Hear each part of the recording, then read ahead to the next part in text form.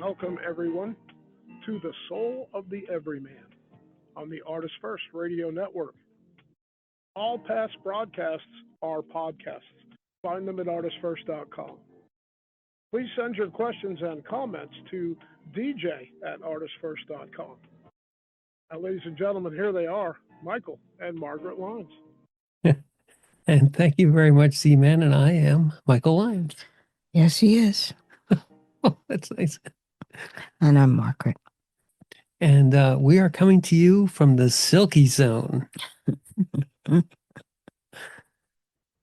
We're good, people. We got new toys. We've been getting new toys a lot lately, which is just a validation of the universe liking us. Is that what it is? Yes. Okay. As far as you know, yes. All right. So yes, we have our new criminal equipment from the people down under, and it's supposed to make us sound professional. Huh. Let me try that again. It's supposed to make us sound professional. It's not working. You try. All right. All right. Enough of that. So tonight, with our brand new toys and our professional mindset, we're going to jump off into I think a very interesting topic. This is inspired by a woman by the name of Louise Hay, whom I wasn't familiar with, but you were. Yes. She's good at focusing you in a positive mind state, especially toward God. Mm-hmm. Just getting you into a zone where you're not being inundated by depressive thoughts or all the negative. Sort of a negative mindset. Yeah, the fear, the worry, the despair. Yeah. Stuff like that. And I think that's, where we are in the world today, that can become a challenge. Well, everyone seems, whoever it is you speak with, many times they just have nothing positive to say about anything. It's always, what is that called when you're always looking for the worst thing that can happen? Doomer. Yes. Black pill. Yeah, I mean, you're basically a misanthrope. That's another good way of putting it. But well, it's just someone who's always looking for the thing that can go wrong. There's a name for it. Pessimist. That too. So a doomer, black-pilled pessimist is not what you want to be. Well, it's just that when you're just out there, there's so much pressure that people are under. And it's interesting because they've not learned how to disengage from whatever thought happens to be floating through their head. They just grab onto the next thought. And usually the next negative thought. I mean, we spoke about this a couple shows back where, people's excuse for conversation is telling you all about what can go wrong. Right. That sort of not only focus on the negative, but use the negative as a as a way of basically the complaining. The whole show we did about complaining is focusing upon the negative. In essence, you're not happy, and I'm not happy until you're not happy. Is the wonderful sort of pithy saying. So this is the opposite. This Louise Hay, as you mentioned, sort of focuses or tries to train people to focus upon, a sort of a positive, and I wouldn't say a positive attitude. It's sort of an internal affirmation, and I would liken it to sort of the Dalai Lama's becoming aware of the arising of the negative thought, and in awareness choose how you're going to react to it. Choose how you're going to treat this arisal, this sort of burgeoning, little indication of suffering, or this burgeoning little indication of fear or of doubt or of any of these things, rather than let it take you off and drag you into this maelstrom of suffering, or drag you into reaction, or drag you into the unconscious.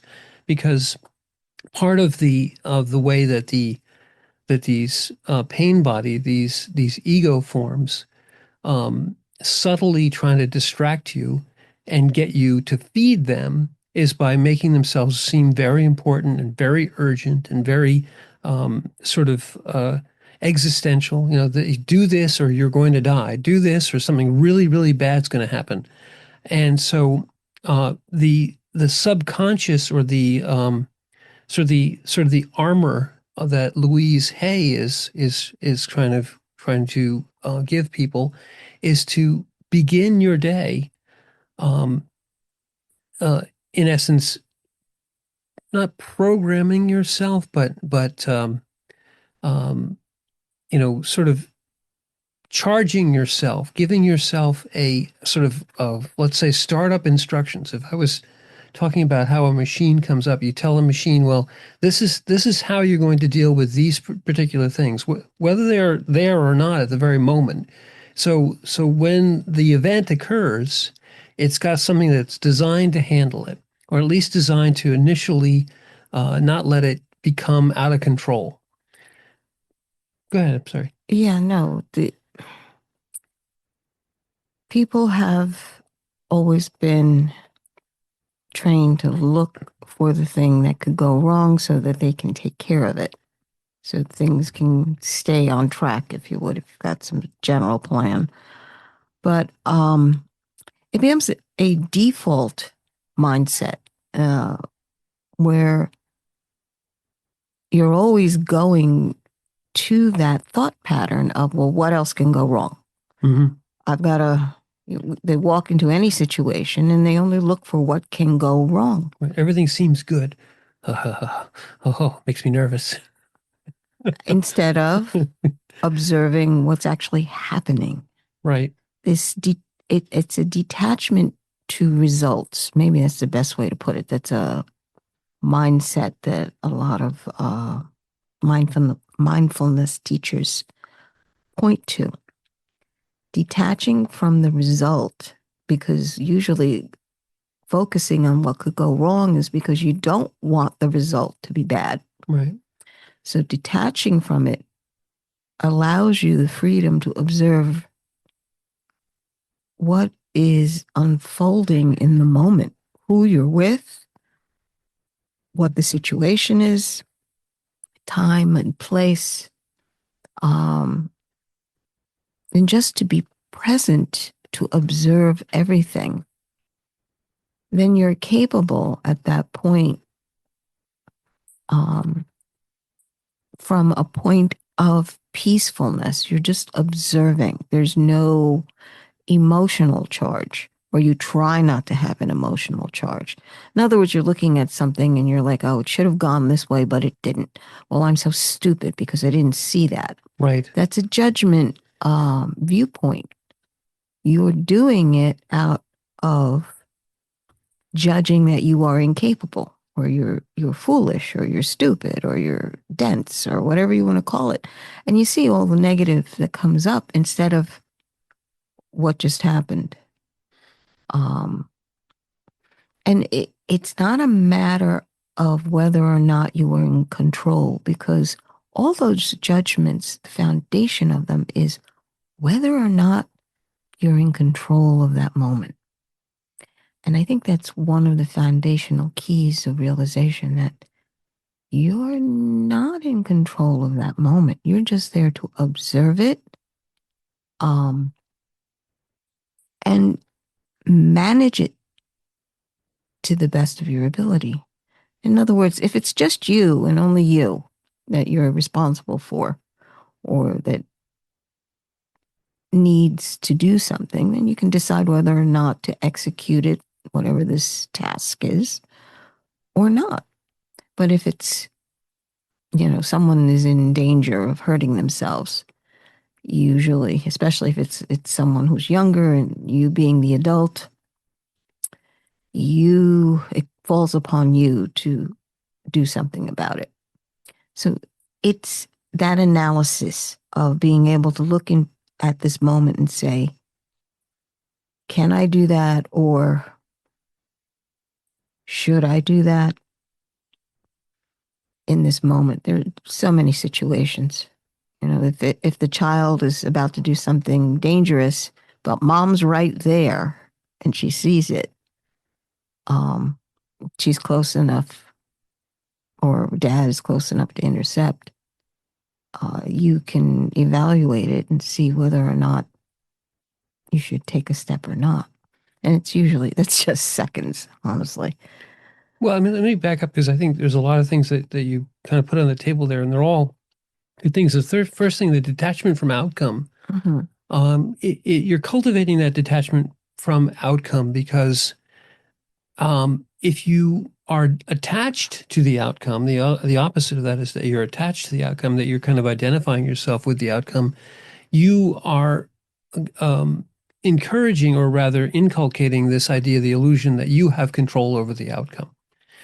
You have control over your reaction, and you have control over your intention, what you intend to do, but you don't necessarily have control over the outcome. And the illusory control over the outcome is how the ego takes you away. It says, you could have done this better. You should have known that. You're so stupid, and etc. Just as you said, the chorus of blame, especially over things over which you couldn't possibly have had any control over, yet the ego uses them as sort of a whip or a scourge or a goad, a way of controlling you, a way of controlling your consciousness and your energy, by saying that you should have known.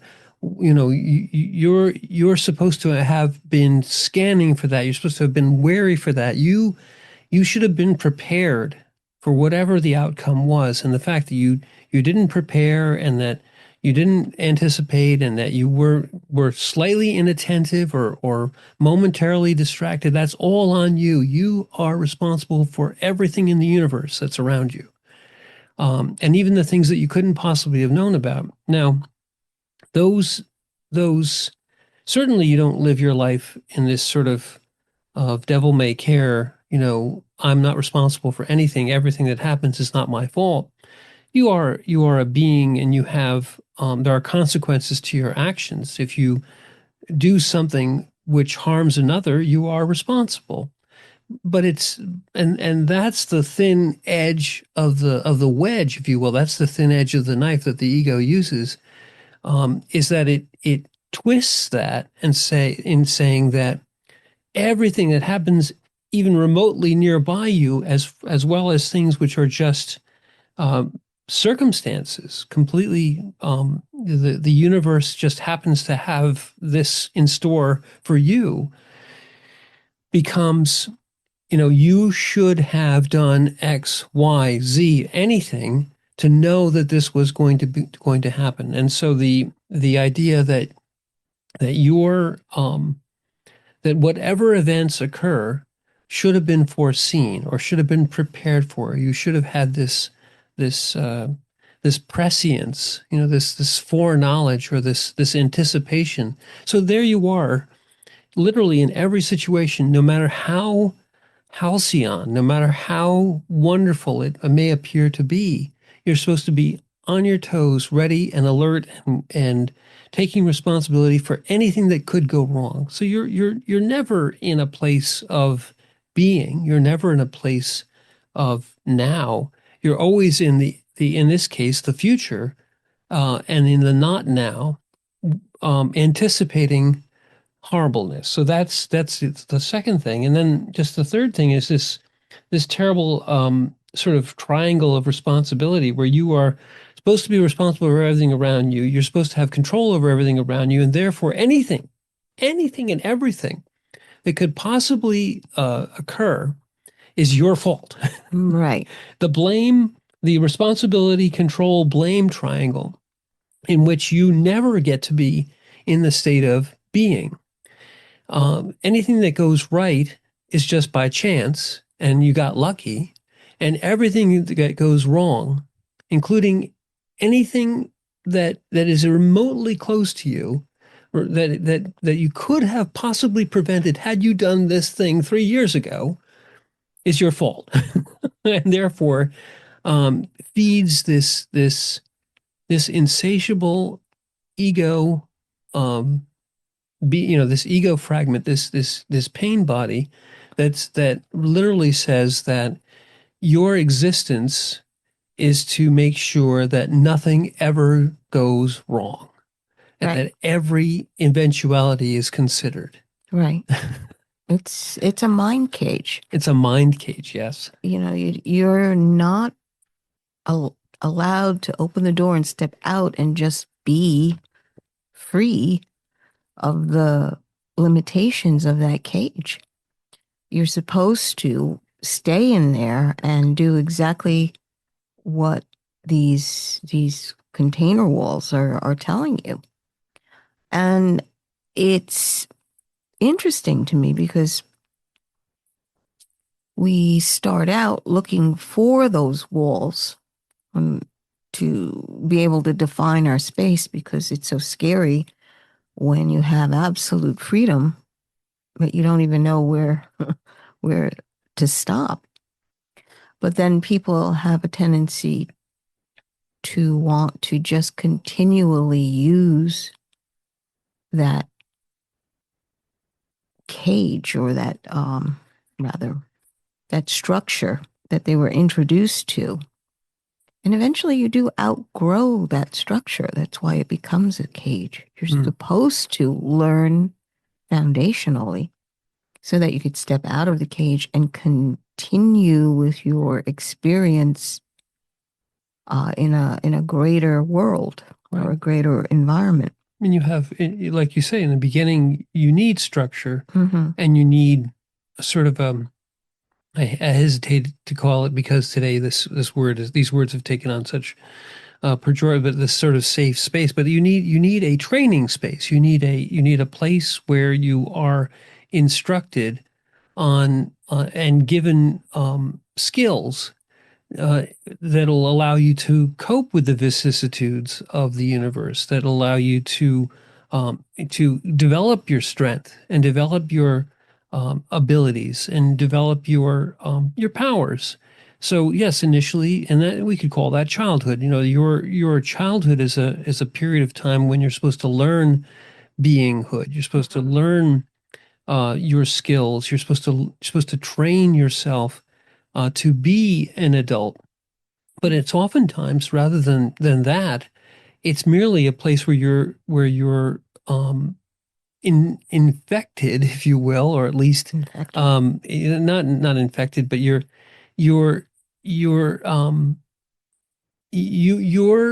skills and your potential are trammeled and caged and sort of directed into these cultural or family or societal mores sort of directions. You're told this is how you have to be. You have to be the best of this particular career. You have to have this much money. You have to have all these different defenses and prejudices and all the various sort of tribal they become in essence crutches, and they become in essence proto-egoic pain body type of constructs. So this is the way we've always done it, sort of things. This is how you deal with this. This is how any particular situation that you're going to come into. Well, so rather than give you skills, they give you crutches. They give you blinders. Well, they're introducing you to the interface that's necessary for you and your family. Every family has this almost pre-programmed interface that you as an individual must use to communicate with everybody else in the family. Mhm. So again, this is the way we've always done it. This is what we've accepted, and this is what we've rejected. And this is what our viewpoint is, regardless of what your individual viewpoint is. And every society has these, they say it's pressures, yes, but it's understanding how to use the tool. Maybe that's the best way to put it. This is a tool skill set that's been given to you. And frankly, you can take that skill set and just say, okay, well, how do I actually apply this in these various situations? So your first field of interface is your immediate family. And then it goes outward from there. It usually expands out to your friends in your school, your environment there. And then through grammar school, high school, college, etc., just supposed to be expanding, and the workforce, and then interacting with people. And this is usually when you hit overwhelm, because now you're being exposed to a whole bunch of different ways of interfacing, and figuring out where your power actually is. Because most of the kids growing up are given, well, this is the way we do things, so you do it this way. Mm-hmm.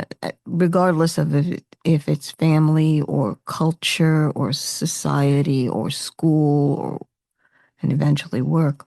But to be aware enough that you choose what you're actually going to use. And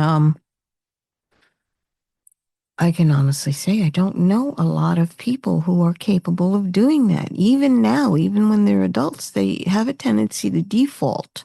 Say, well, this is what happened to me, so therefore this is the way it is. As if you can't change anything.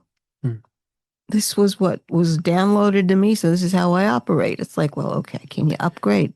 Well, okay. So if we relate it back to Tolle or back to Louise Hay in a minute, if we relate it back to Tolle, though, it becomes an egoic structure that you are handed rather than giving you awareness and skills and the ability to be in the moment of now and realize that you don't have control. All those things which unfortunately in most societies, most families, most structures are not. That's not how you're trained. You're trained in much the opposite way. So, in coming through all this, you have a functional. If you've come through in any sort of society which actually works, you have a functional way of dealing with the world, but it's flawed in many aspects. Among those are the idea of this idea that you're responsible for everything around you, that you have to look constantly for what may go wrong. And anything that does go wrong is either your fault or you have to find somebody to fix it for you. And then you end up with this complaining mindset. You end up with this blaming mindset. You end up with this with all the various neuroses where I'm stupid or I'm bad or if I don't make everything in my life follow the path that's been chosen for me, I'm doing it wrong, and all this. All these psychoses, neuroses, and traumas and suffering. So there we are, and the person who was in the video that I saw anyway, the person who was talking about Louise Hay, was Jordan Peterson. He was saying that this is a method from, again, his viewpoint is very much a psychological or a psychotherapist's viewpoint. and dealing with people who are burdened with all these neuroses, burdened with all these traumas, burdened with all these past life experiences that don't allow them to be, and that in fact have grown to the point where they're no longer functionally able to deal with life. They're, as you mentioned just a little bit earlier, they're in overwhelm. They don't know how they got this far away from being able to be happy, from being able to not be in constant. Oh, sorry. Go ahead. Yeah, I was going to say, what is the the name of the adage? Whatever can go wrong will go wrong. Oh, that's Murphy's Law. Murphy's Law. That's what I was. Murphy was an optimist. Well, just the fact that that phrase is so acceptable Yes. makes you realize that the society itself is making you focus on everything that can go wrong. It can go wrong. That's one of the social pressures. And if you don't adhere to that, then no, you're foolish. Right. This is an example of the pressures that a group may exert on somebody. And if you know, and the scourge of Murphy's Law, that whatever can go wrong will go wrong, is twofold. The first one, of course, is that you're supposed to look into every situation for what can go wrong, but then when it does go wrong, it's your fault, you know, for not anticipating it, for not preparing for it. You become a self-fulfilling prophecy Right. at that point. And it's a very powerful thing because you can do it the other way around. You can focus on the good in your life. Mm-hmm. And then suddenly you can eventually train your mind to see the good in whatever it is that's around you. Right. And you, truthfully, when you do that, when you're actually capable of doing that, you begin to see that there's a lot more good than the things that go wrong. You literally, if you think about it, you literally have to stand there and search for what's gonna go wrong. Right. Instead of looking around and saying, hey, this is good. This is, look at that. That's beautiful. You have to steal unhappiness from every and bring it into every situation. Right. If you realize that that's what you've been programmed to do, Mm-hmm. is to continually, what is it, steal defeat from the jaws of victory. Snatch defeat from the jaws of victory. This is what you're training yourself to do, which Right. it's like, why? So let's explore our thesis a little bit better. So now this is the situation in which many people find themselves, and you know, in reacting to this, they can end up going down the path of addiction. They can go down the path of trauma, of PTSD, of all these different things. Well, and they feel like they don't deserve anything better except to be miserable. Miserable. And that's what I find fascinating. It's why are you actually doing that? Are you punishing yourself because you feel that low? And I think the answer is yes, because we've been taught that, you know, you're not all that good. You hear that secondary voice of you're not good enough. You're not smart enough. You're not. And one of the main focuses, especially with Jordan Peterson, to bring a turnaround is to look at what you are able to do, no matter how small. Right. That's the make your bed philosophy, if you will.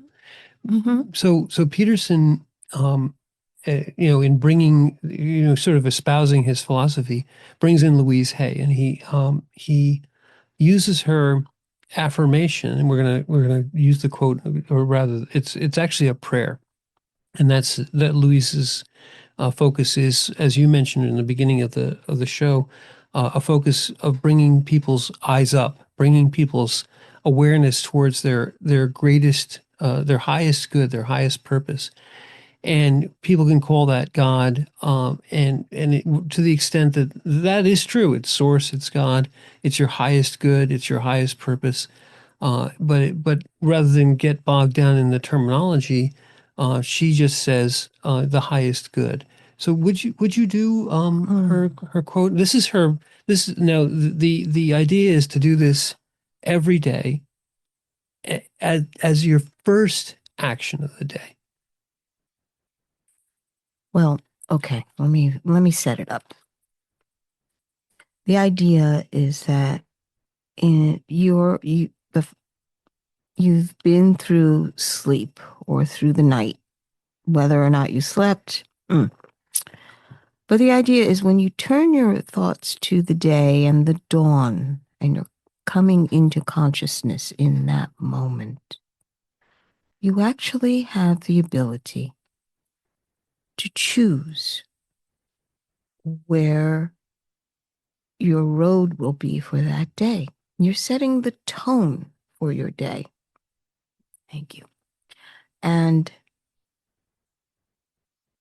in doing that, she immediately goes, you open your eyes and you come into this moment where your awareness is there. And your awareness is a part of the divine. That is your consciousness. And the idea is to open up and connect up to that divine consciousness. And in that moment of acknowledgement of yourself and God, divine awareness, she suggests that you go through this way of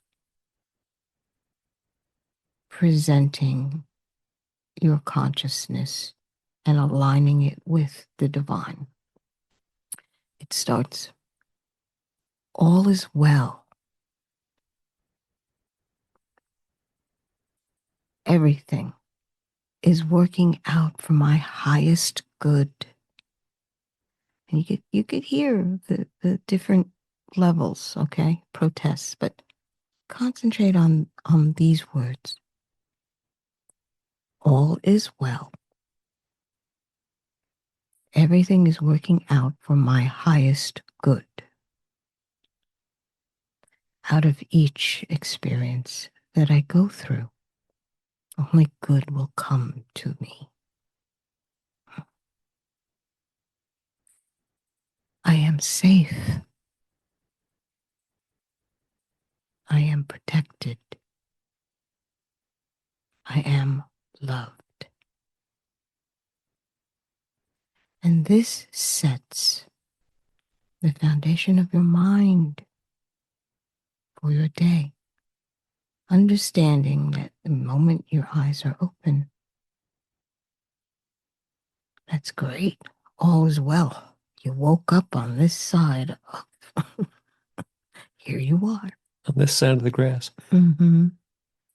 Everything is working out for my highest good.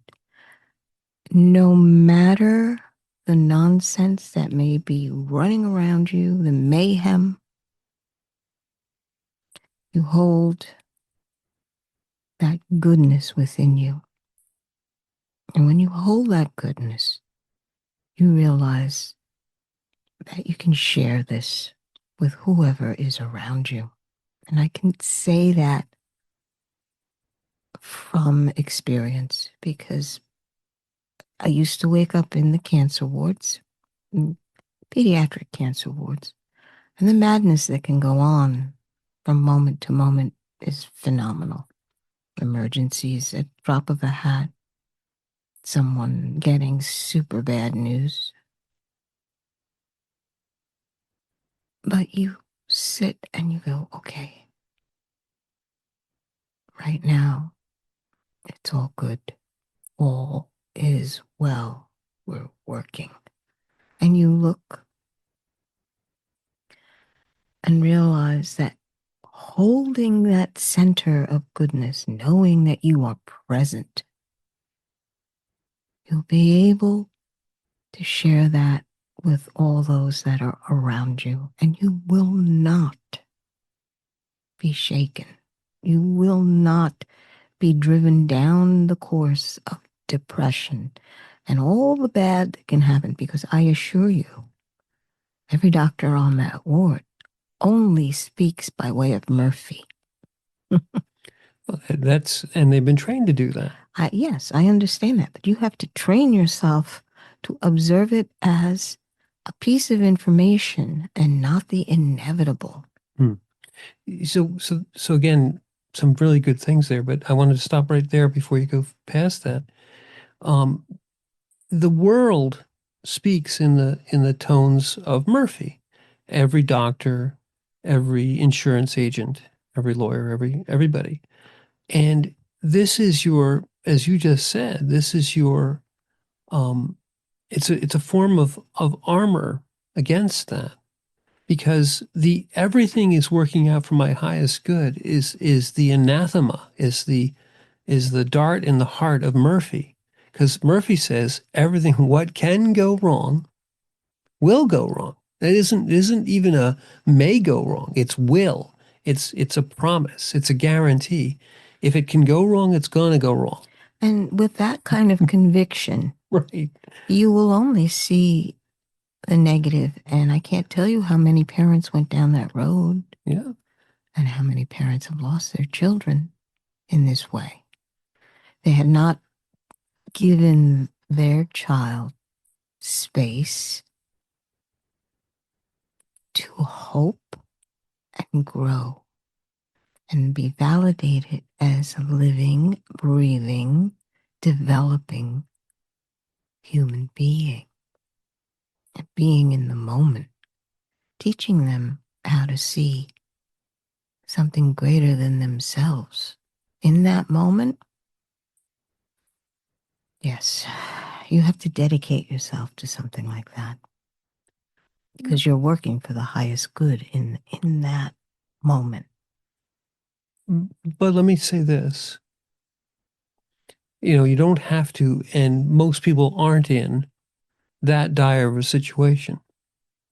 Most people are in much, much better situations. Yet they will treat even the most paradisical situation as though it was sitting in a pediatric cancer ward. In the sense that they're looking for the worst possible outcome always. And what Louise Hay is trying to do in that first moment, Margaret just said it. You open your eyes. You're on this side of the grass, and what people will do is immediately grasp at what could possibly go wrong. Oh, I've got 400 things, and the bills are due, and whatever not. Every possible threat. You're lying in your bed. The rays of the sun, the dawn, are coming through your window. There may be birds singing outside, and you're already binding yourself and your day and all of your energies into what can go wrong, will go wrong. And I've got to worry about it. I've got to dedicate my first breath and my first thoughts to all the things that are negative. And instead, I'm sorry, you're going to say?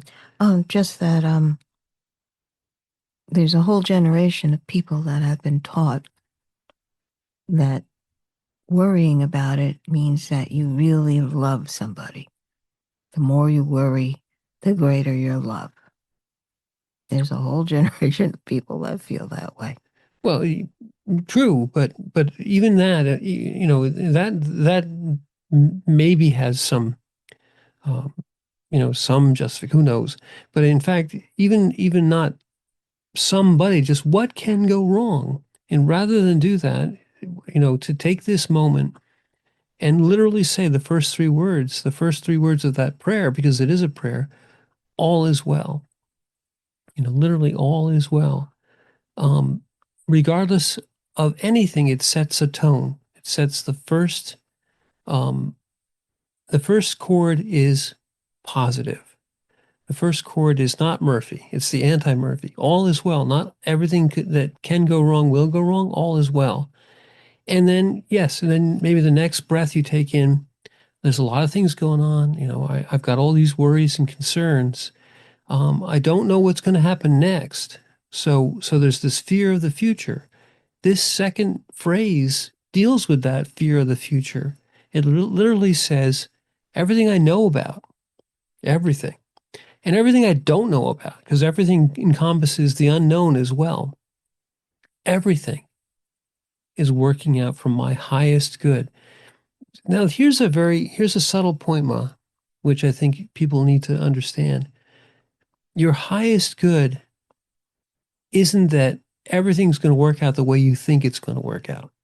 It isn't that all the things that I want to have happen will happen. You don't have that control. You never will have that control. Your highest good may look to others like a failure. Your highest good may look to others like trouble and trauma and problems and suffering. Doesn't matter.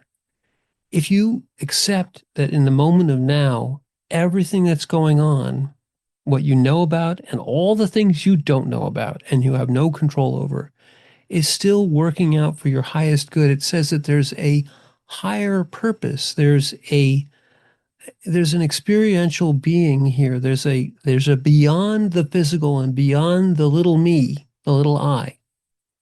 Your highest good is that which is your eternal, your eternity bank, your spiritual good, your reason for being here, which may not be what the world thinks should work out. You're not going to be, the highest king and have everything that, command of all legions and everything that goes on around you. No, but it's for your highest good. And this the third sentence is the same sort of thing. Out of each experience that you go through, anything that you go through, only good will come to me. But that good that we're talking about here isn't what the world may consider good. When you're sitting in a pediatric cancer ward, no one thinks that's good. The world would say, and they do, they shun you and treat you as though, well, something must have, something, it must be somehow your fault. You didn't anticipate this. You didn't look out for this. You didn't prepare for this. Yeah. It must be something in your background or your genetics or something like that, right? Right. Well, they've got to blame something for the incident because, and push it away. well, Don't want it to ever happen to me. It has to be your fault. Well, it's that control issue, right? That I'm covering everything, and because I'm covering it, you must not have handled it properly. Well, so therefore, you're getting this result. Right. Well, I was good. You see, you must have not been good, even though you thought you were good.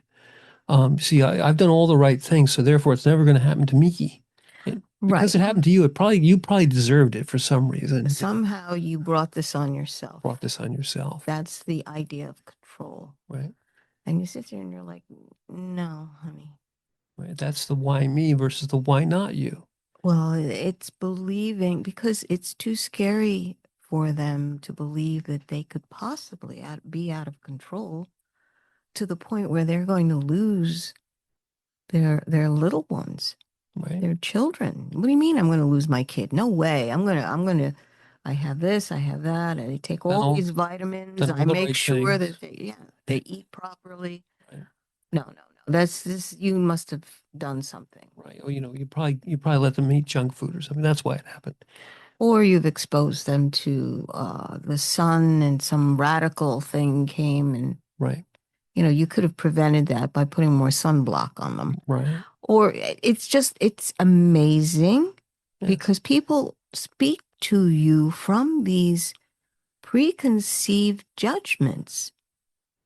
And they talk to you like it's perfectly normal when you look at them and you're like, do you have any idea what you're saying to me? Right. How insulting it is. How belittling you are to me? Right.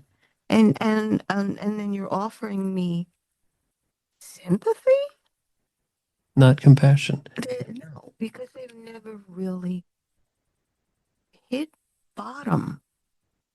You have to hit bottom where you absolutely have no control.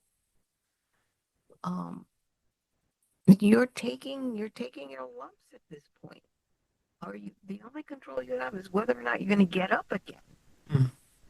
Most people have never hit a point where your face is in the mud and everything around you is telling you not to get up. To get up. You have enough character to get up, regardless of any attitude or judgment or situation that you're in. You have it in you just to get up. And that's where your consciousness lay. You decide.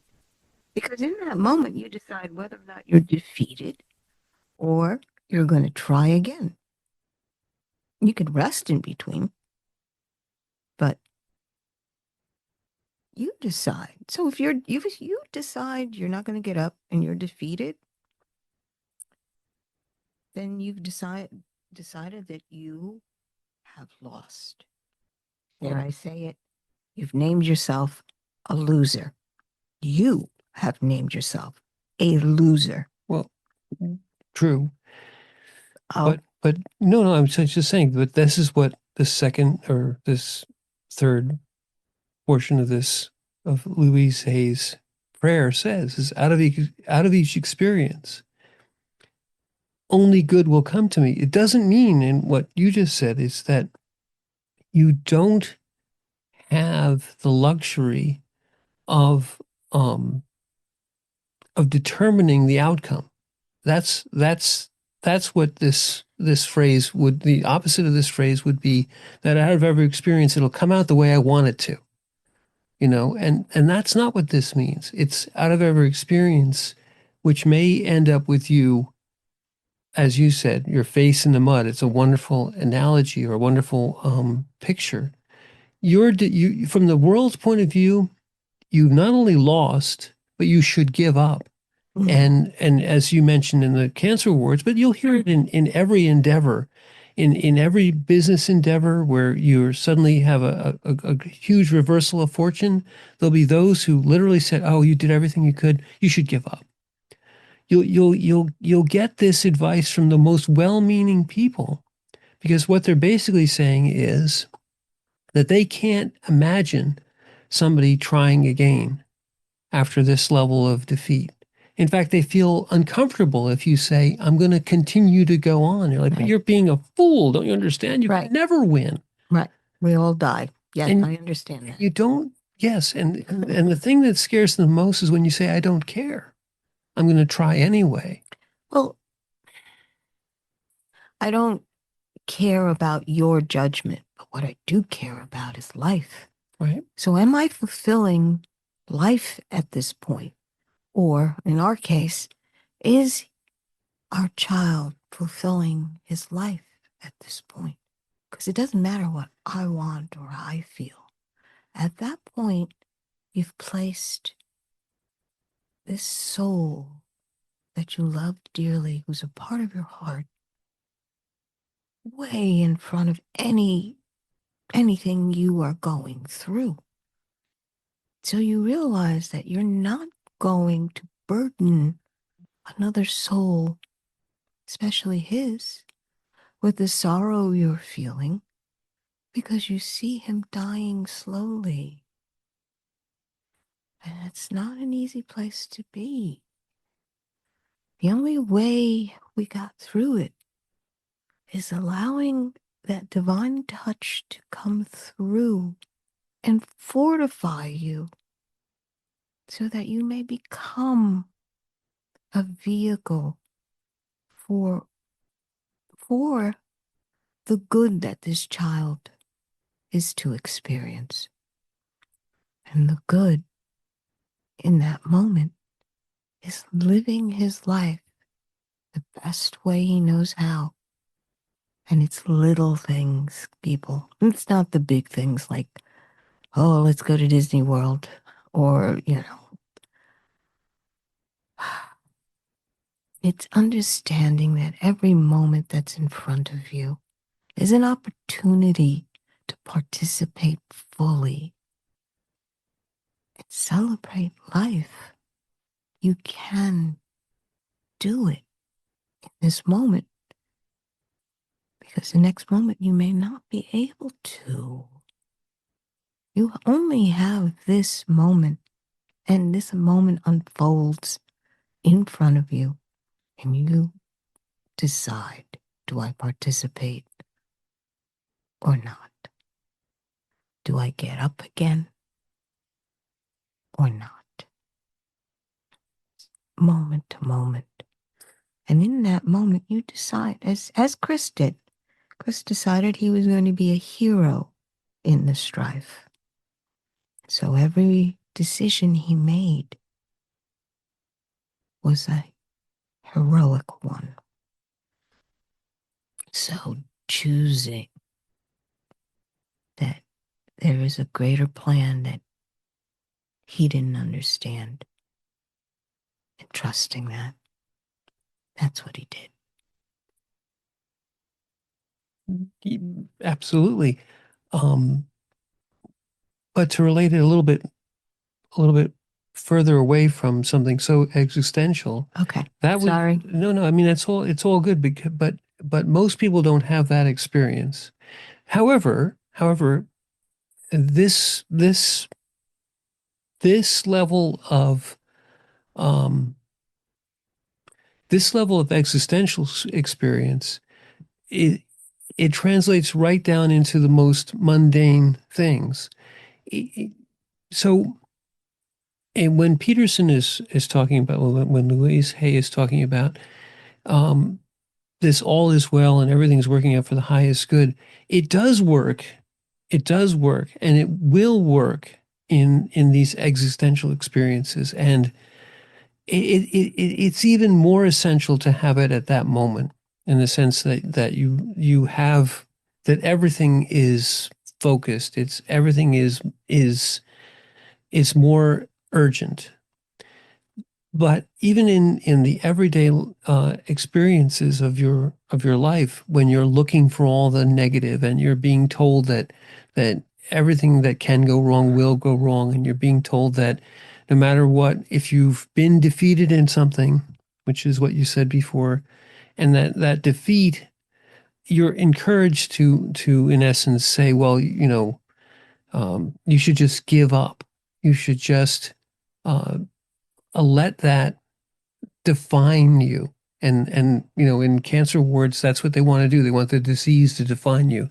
But people want all of your defeats to define you, because that allows the easy judgment. That, oh, you should never have tried that anyway. Don't you understand? That's a foolish pursuit. No one could ever win that. No one could ever succeed there. And because you've defeated and become defeated, you should give up. But the affirmation that everything is working out for my highest good doesn't mean that you win every time. In fact, it means that you merely get to decide, when you are defeated, what will you continue? Do you still have the heart? Do you still want to be the hero in the strife? Do you still want to live and not accept this sort of egoic, you're a loser, if you will, or not even you're a winner? That's wrong too. But to merely say that the experience itself is why you're here, your purpose and your heart song is why you're here. So out of each experience, regardless, don't let the judgment of whether it's good or bad, or whether it's going to, when you're going to win or lose, experience that you go through becomes good. It becomes good because you're doing what you're supposed to be doing in that moment of now. And you can do that in the cancer wards, but you can also just do it in your everyday life when the world wants to define you by what just happened or by the outcomes. You don't accept that by saying, out of each experience, it was good. Whether you won or lost is immaterial. And then this last part, which is important, and I think really speaks to what people, why does Murphy have power, Ma? Why Murphy has power is because people say that if I don't listen to Murphy, I don't look for all the things that could possibly go wrong, I'm in danger. I have to protect myself. I have to defend myself. I have to be this ever vigilant, never satisfied, always looking to the anxious future, always trying to anticipate anything that could possibly go wrong and that I'll get blamed for. This affirmation, the third thing is I'm safe. I'm protected because the outcomes don't ever touch the essential you. The what you said, I think, not just a phrase or two before, everybody dies. You come into this world, you're incarnate in flesh. Your form changes throughout the amount of time that you're here, and then it goes back to dust. We very recently just had in the Christian world Lent. Well, in Lent they remind you that you're just a form. It says ashes, ashes, dust to dust. Very poetic language, but it really just means is that your body is a temporal, ephemeral thing. What lasts? What is you, the actual being? Which is the same when you take your first breath and when you take your last. All that separates those two is time and experience. It's not the being itself, not who you are. So none of what you actually are, your being, is ever under threat by any outcome or any vicissitude of life, anything that the universe can throw at you, any situation that you find yourself in is a form. It's an experience, but it doesn't ever touch the essential you. You're safe, you're protected, and you are loved. By whom? By source, you could say, by yourself, if you're truly aware, and by the fact that you are connected back to that which is greater than all of us. This is not only just the anti-Murphy, but this is the step as you open your eyes and you become aware of the world again, to remind you of who you actually are, right? Yes. And you can say this prayer as you open your eyes every day, regardless of where you are. If you're sitting at in the penthouse at the top of the Ritz or whatever, or you're in an unfortunate situation, like perhaps in the streets of Calcutta or in a cancer ward. Those are experiences, but they don't define who you are. And that moment of now may have challenges, may have suffering, may be the last moment that you have on this earth. But it doesn't define who you are. It doesn't define how you feel about it. It doesn't define your essence. Go ahead. Right. Sorry. And the last line of this prayer defines you. I am safe. Mm-hmm. I am protected. And I am loved. So holding on to the being state of who you actually are. You are beloved. Mm-hmm. And nothing really touches the beloved. So we've reached the end of our hour. We have, you're right. Goodness gracious, that went fast. Mm-hmm. So I'm Margaret. And I'm Michael. And thank you for being here.